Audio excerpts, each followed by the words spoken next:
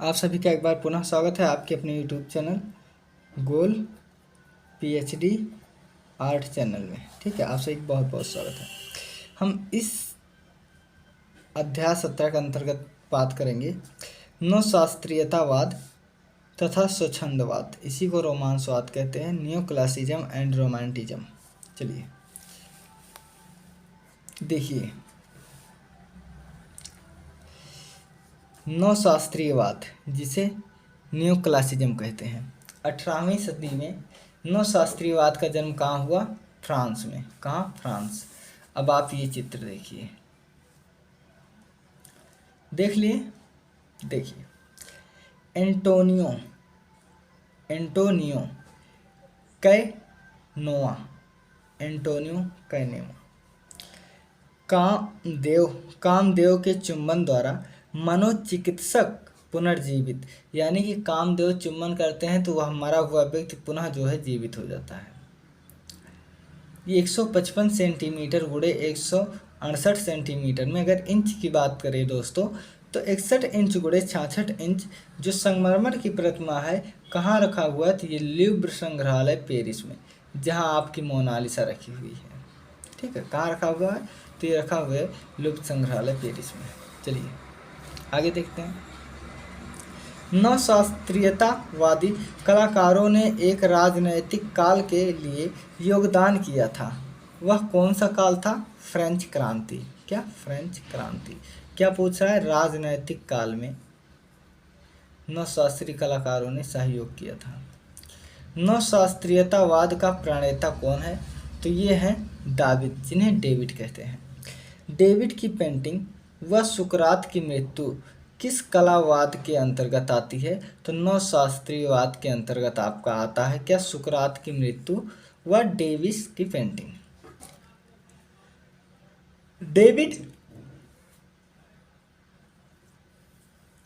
David का वह चित्र जो नवशास्त्रीयतावादी का सर्वप्रथम चित्र माना जाता है। कौन सा सर्वप्रथम चित्र माना जाता है? तो ये है होरेशिया का प्राण, ओथ ऑफ होरेशिया। अब हम आगे बढ़ते हैं इसी कार्यक्रम में। देखिए, कैनवास पर बना तैल चित्र होरेशिया का प्राण जो 1784 से 1785 यानी 1 साल के अंतर्गत बना, वर्तमान में कहाँ सुरक्षित है? लूव्र संग्रहालय पेरिस में। होराथी की शपथ नवशास्त्रीयवादी चित्रकार कौन है? Jacques Louis David. The death of Marat. क्या? डेथ ऑफ महारत प्रसिद्ध पेंटिंग किसकी है? डेविड की। नवशास्त्रीयतावाद का प्रमुख चित्रकार कौन था? Louis David. कौन? Louis David. नवशास्त्रीयतावाद का मुख्य प्रभाव किस पर पड़ता है? तो ये वास्तुकला पर। किस पर? वास्तुकला पर। कैनवास आगे पहले हम कर लेते हैं, बढ़ा लेते हैं चीज़ों को ताकि दिक्कत ना हो। देखिए, कैनवास पर तैल माध्यम से 101.6 गुणे 127 सेंटीमीटर आकार में Detroit institute of art Michigan USA में सुरक्षित दुःस्वप्न। क्या? दुःस्वप्न किस शास्त्रीय कलावादी का चित्र है? एंग्लो स्विस कलाकार हेनरी फुसेली। क्या? हेनरी फुसेली। नवशास्त्रीयवाद का दूसरा प्रमुख कलाकार कौन था? अंगे दावे नवशास्त्री। क्या? अंगे दावे नवशास्त्री। अंग से अंग, दावे से डेविड, नवशास्त्री मतलब नवशास्त्रीवाद। ये सूत्र है, अंगे दावे नवशास्त्री। अंग के प्रमुख चित्र हैं लुई फ्रांकोइस बर्टियन तथा तुर्की स्नान, जो 1862 में बनाया था।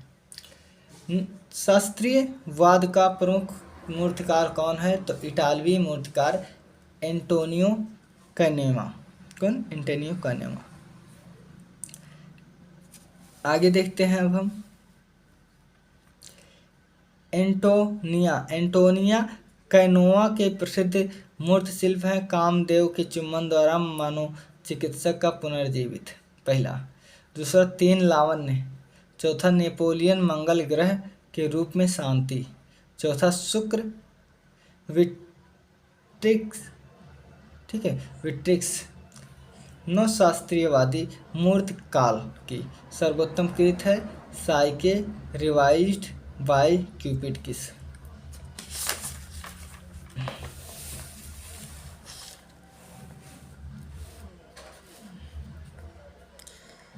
चलिए अब हम देखते हैं रोमांसवाद। कौन सा रोमांसवाद?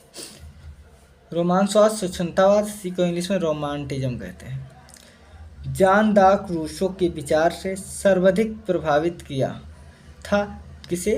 रोमांटिज्म आंदोलन को। थियोडोर जेलिकार्ड विख्यात यूरोपियन चित्रकार किस कला आंदोलन का प्रतिनिधित्व करते थे? स्वच्छंदतावाद का। किसका? स्वच्छंदतावाद। अब आप पहले ये चित्र देखिए। चित्र है लोगों का नेतृत्व करती हुई स्वतंत्रता, ठीक है। कैनवास पर तैल माध्यम से 1830 में बना है और ये सुरक्षित का लुब्र संग्रहालय पेरिस में। चलो अब हम आगे देख लेते हैं इसी क्रम में। रोमांसवाद का अग्रदूत था जेरिको। कौन? जेरिको। रोमांसवाद का प्रथम चित्र था मेदुसा का बेड़ा, द राफ्ट ऑफ मेदुसा। निम्नलिखित में से किस प्रमुख चित्रकार ने स्वच्छंदतावादी आंदोलन प्रारंभ किया? तो थियोडोर जेरिकार्ड ने। किसने? थियोडोर जेरिकार्ड ने। थियोडोर जेरिकार्ड किस कला आंदोलन से, ठीक है, किस कला आंदोलन के अंतर्गत आते हैं? तो रोमांसवाद। मेदुसा का बेड़ा, राफ्ट ऑफ द मेदुसा चित्र किसने बनाया था? थियोडोर जेरिकार्ड ने। कब बनाया था? बताइए कब बनाया था? 1816 में। कैनवास पर तैल माध्यम से बना जोरिको का प्रसिद्ध चित्र मेदुसा का बेड़ा, जो 1816, मैंने ये भी बताया।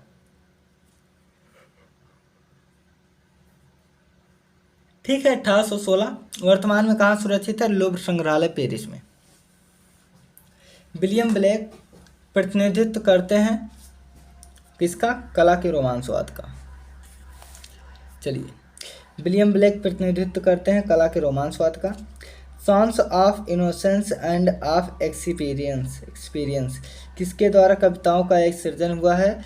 तो विलियम ब्लेक। William Blake.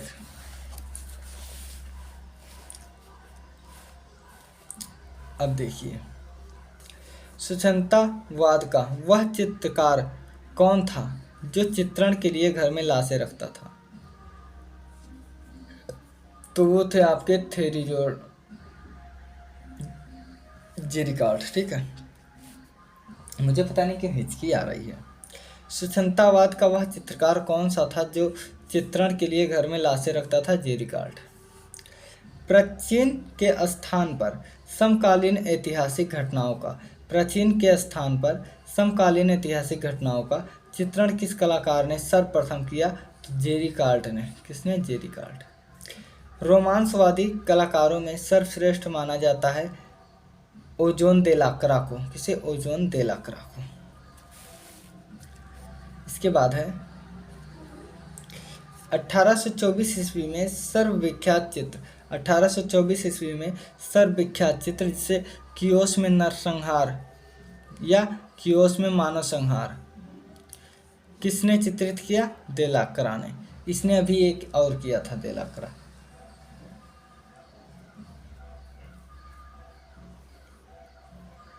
ठीक है, देखिए ऑयल ऑन कैनवास माध्यम में बना दे लाक्रा का प्रसिद्ध चित्र कियोस में मानव संहार वर्तमान में कहाँ सुरक्षित है? म्यूजियम द लुब्र, जिसे लुब्र संग्रहालय पेरिस कहते हैं। छाया प्रकाश का जितना तीव्र विरोध होगा रंगों की चमक उतनी ही बढ़ेगी। ये परीक्षा में पूछा जाता है। छाया प्रकाश का जितना तीव्र विरोध होगा रंगों की चमक उतनी ही बढ़ेगी। यह कथन किसका है? तो ये दे लाक्रा का।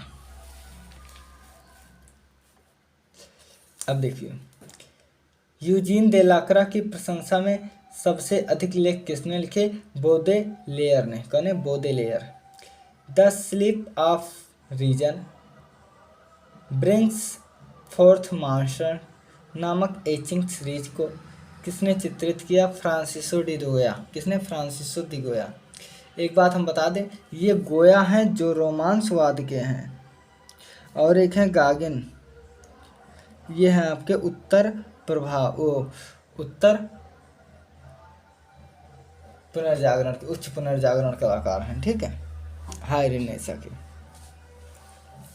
गोया का विख्यात चित्र सनी द्वारा अपने पुत्र का भक्षण, सनी द्वारा अपने पुत्र का भक्षण, सेंटर ड्यूरिंग हिज सन, 1820 से 23 के मध्य। भित्ति चित्र कैनवास पर रूपांतरित कहाँ सुरक्षित है? Prado museum, Madrid. फ्रांसिस्को गोया किस कला आंदोलन का चित्रकार था?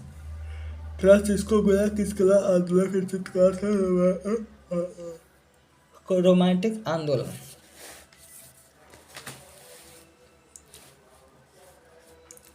फ्रांसिस्को दी गोया किस कला का आंदोलन का कलाकार था? रोमांटिज्म। कला में सामाजिक विकृतियों, शासकों के अत्याचारों तथा जीवन के बनावटीपन पर किस कलाकार ने व्यंग किया? स्पेन के कलाकार गोया, सब मिला जुला के गोया ने। किस देश में फ्रांसिस्को गोया का जन्म हुआ? स्पेन में। पिचासनियों की सभा गोया की है। युद्ध की विभीषिकाएं, ठीक है, इसने एक चित्र बनाया है, युद्ध की विभीषिकाएं गोया। 1819 में अजंता गुफा खोज हुआ था। 1819 से 23 के मध्य यूरोप में बनाई हुई 14 पेंटिंग के समूह को ब्लैक पेंटिंग नाम किसने दिया? गोया ने।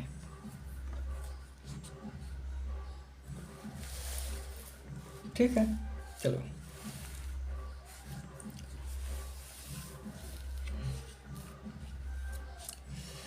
दो मई 1808 में लिख दिया हूँ जब बना था, लेकिन प्रश्न क्या है? 2 मई व 3 मई किसका चित्र है? गोया का। पुत्र भंजक शनि तथा जादूगरनियों का व्रत के दिन, ठीक है, जादूगरनियों के व्रत दिन या व्रत के दिन किसने? गोया। यमलोक में दांते व वर्जिन, टार्जन का न्याय किसका है? देलाक्रा का। प्रसिद्ध चित्र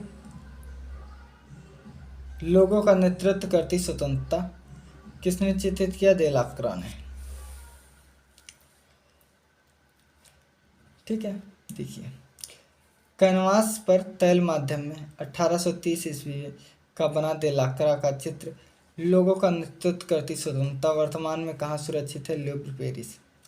कोहरे का सागर में भटकना जो वर्ष 1819 के तैल रंगों से कैनवास पर बना है तथा हैम्बर्ग, जर्मनी में सुरक्षित है। यह चित्र किसका है? जर्मनी के रोमांटिक कलाकार कैस्पर डेविड फ्रेडरिक का। ठीक है दोस्तों, thank you for watching this video.